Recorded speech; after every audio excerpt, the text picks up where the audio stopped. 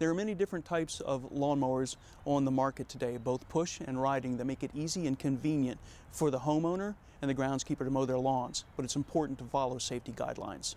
Here are some tips to ensure you stay safe while mowing your lawn. Always wear personal protective equipment, such as protective eyeglasses, hard-soled shoes, work gloves, long sleeve pants, and long sleeve shirts are recommended as well. Make sure that you've looked over the area that you're going to mow and make sure that it's free of any foreign debris so that it doesn't get thrown by the blade.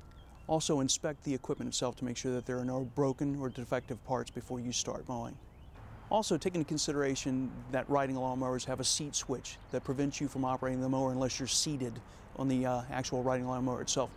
Do not tamper with that. It's there for a reason. Careful mowing on slopes. You should go up and down as versus across while mowing the slopes.